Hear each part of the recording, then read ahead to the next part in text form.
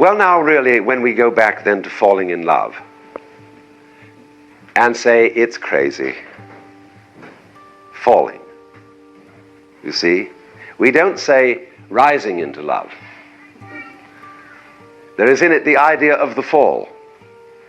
And it goes back, as a matter of fact, to extremely fundamental things. That there is always a curious tie at some point between the fall and the creation. You don't meet your archetypal energies any more intimately than you do when you're sitting across the breakfast table from them, or sleeping with them, walking with them, or paying taxes with them. Relationships are where you discover the deepest part of yourself. I'll take you through each of the archetypes and describe their behavior so you have a way of identifying what does the child look like in a relationship. We all have an inner child that still lives within us until the day we die. So in essence,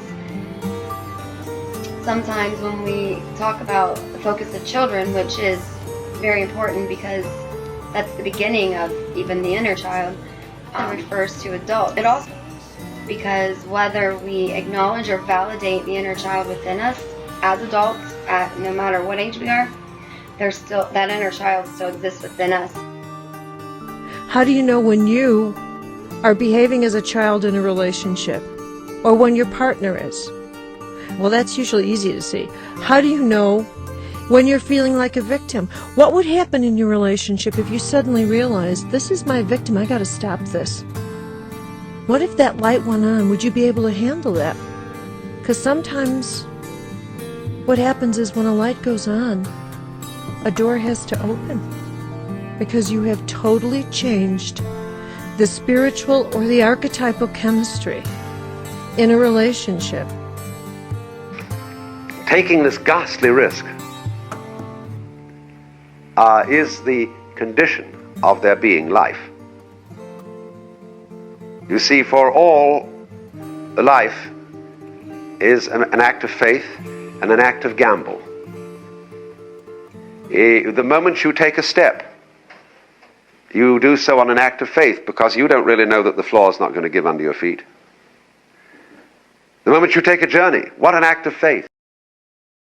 It's an interesting thing, as I've said to people sometimes, just for the sake of literally altering the state of consciousness, is your archetypes are the ones doing the dating, you're not. Your archetypes are the ones who meet over a candlelit dinner, and it's your archetypal patterns that talk about what you would like your life to be like. But curiously, it's not until you really get involved intimately with each other that your archetypal energies begin to surface more deeply in you. And they play a far more dramatic role in that their real, deeper role. Once they've got you attracted to someone, once the law of magnetic attraction has been engaged, what happens next is the next level of relationship opens up, which is the real reason you're together. The moment you enter into any kind of human undertaking in relationship, what an act of faith. See, you've given yourself up. But this is the most powerful thing that can be done. Surrender. See, and love is an act of surrender to another person. Total abandonment. I give myself to you.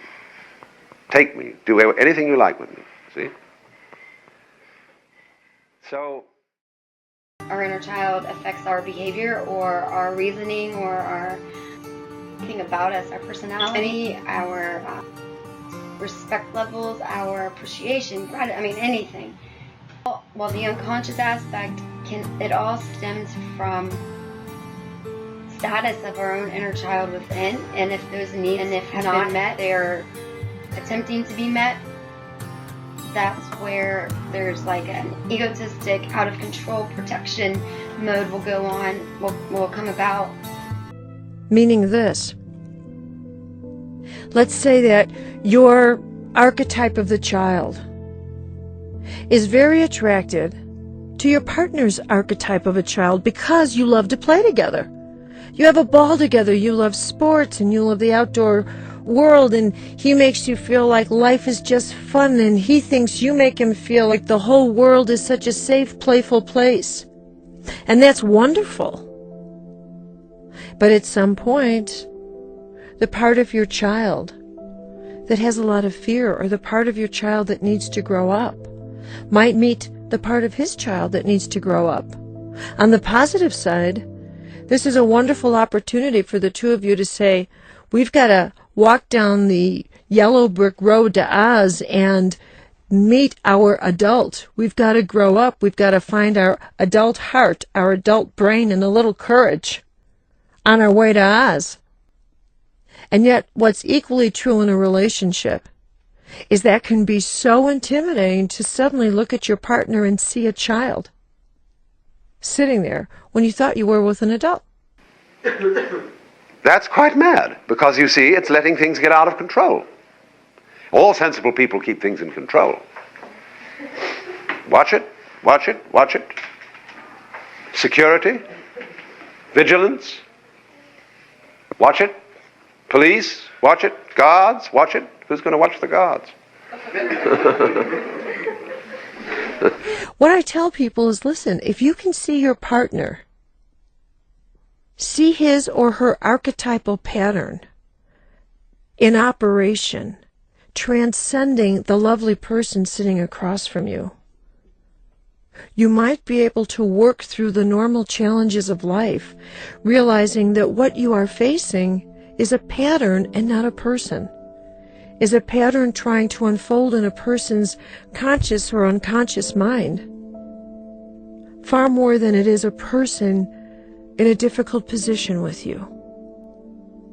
Now then, there are questions that are inherent in relationships that I would like to address as we move in and out of these four archetypes, because these questions represent a handful of the most common questions asked of me by people in terms of searching for the way to create a healthy and happy relationship in life. Let's start with the first one, which is there such a thing as being able to create a healthy relationship in life? And I would have to say, yeah, there is. But you need to be able to see your partner through archetypal patterns and not just through personality. Because if you can separate from the dynamic that's going on, separate the dynamic of growth from the person, him or herself, now you've put yourself in a position to get to the finish line with this individual. So, actually, therefore, the course of wisdom, what is really sensible, is to let go, is to commit oneself, to give oneself up, and that's quite mad. So we come to the strange conclusion that in madness lies sanity. So let's take a look at these questions. One is, why do you give away power in a relationship? How do you stop that? How do you recognize when you're giving away power? What about betrayal? And do you need a relationship? These are fundamental issues that get activated in people when they form a union. Let's begin then with the child archetype.